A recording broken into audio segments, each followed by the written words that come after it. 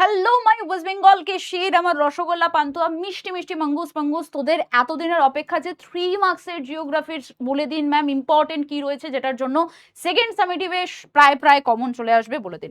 দেখে নাও। সেটা দেখার আগে জানিয়ে দিই যে এই যে পুরো যে টপিকগুলো আমরা জানবো, এরপরে আমি তোমাদেরকে একটা প্র্যাকটিস শিটও দেবো। সেগুলো কোথায় পাবো? সেটা পাবো হচ্ছে পিডব্লিউ বাংলা মাধ্যমিক 2027-এর যে ডেডিকেটেড তোমাদের জন্য ফ্রি ব্যাচ, সেটাতে। এখনো পর্যন্ত যারা আমাদের হোয়াটসঅ্যাপ চ্যানেলে জয়েন হওনি তারা তাড়াতাড়ি করে জয়েন হয়ে যাবে। চলো দেখে নেওয়া যাক কি কি কোশ্চেন্স রয়েছে আমাদের ফার্স্ট চ্যাপ্টার থেকে।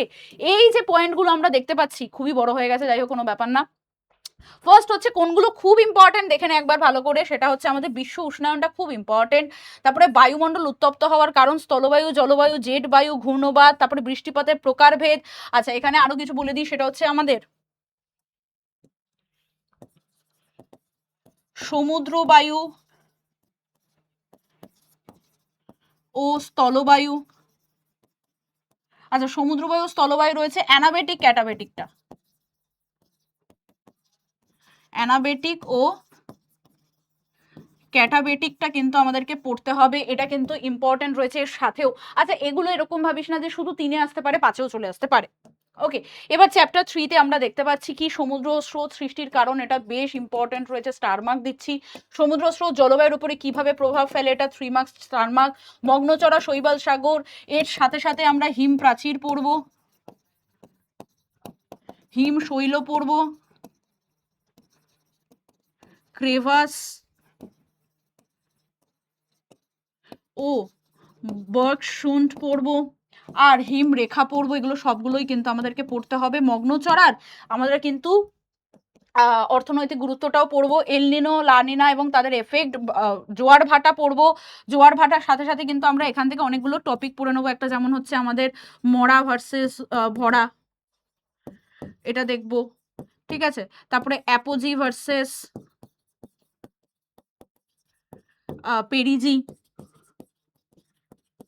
দেন হচ্ছে সিজিকি কি। এগুলো হচ্ছে শর্টেও আসতে পারে, তার জন্য পয়েন্টগুলো বলে দিচ্ছি একবারে। আর হচ্ছে আমাদের অপসুর অনসুরটা অনেক সময় দিয়ে দেয়। এই পয়েন্টগুলো কিন্তু আমাদেরকে দেখতে হবে। সবসময় যে 3 মার্কসই আসবে তা না, শর্টেও আসতে পারে। কুরেশীয় ও এশীয় স্রোতের মধ্যে তফাৎ, জোয়ার ভাটার উপকারিতা, লবণাক্ততার কারণ, এগুলো আমরা দেখে নেব। তারপরে আমাদের ভারতের মধ্যে যেটা হচ্ছে কৃষির উন্নতির 3টি ব্যবস্থা লেখো, কৃষি সমস্যা এবং তার যে কি কি প্রতিকার করতে পারি সেটা দেখব। সবুজ বিপ্লব দেখব, ধান, তুলো, চা, কফি, আখ, এইগুলোর অনুকূল পরিবেশগুলো দেখবো। হতে পারে যে আমাদের শুধু বললো যে ভৌত পরিবেশ লেখো, সেটা আমরা দেখে নেবো। দেখো ধান, গম, চা, এগুলো কিন্তু 5 মার্কসে আসার চান্সও রয়েছে, এমন নয় যে 3 মার্কসেই আসবে, ঠিক আছে। শিল্প স্থাপনের প্রধান নিয়মগুলো দেখবো। লৌহ ইস্পাত শিল্প দেখবো, প্রধান কেন্দ্রগুলোর নাম এবং কোথায় গড়ে উঠেছে। তথ্য শিল্প, কার্পাস বয়ন শিল্পর যেটা রয়েছে সেটা আমরা দেখবো, এবং এটা কেন আমাদের পশ্চিম ভারতে বেশি করে হয়েছে সেটাও কিন্তু আমাদেরকে ভালো করে পড়তে হবে।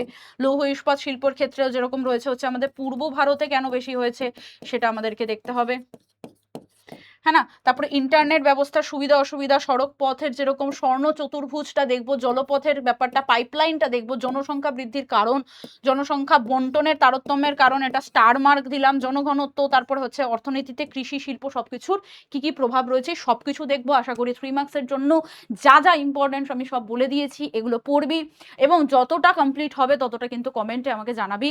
আরো কিছু আরো আরো মানে অন্যান্য সাবজেক্টের গুলোও কিন্তু তোদের কাছে আসতে চলেছে সাজেশন। তো ওয়েট কর, দেখা হচ্ছে তোদের সাথে নেক্সট ভিডিওতে। ততক্ষণ পর্যন্ত টাটা।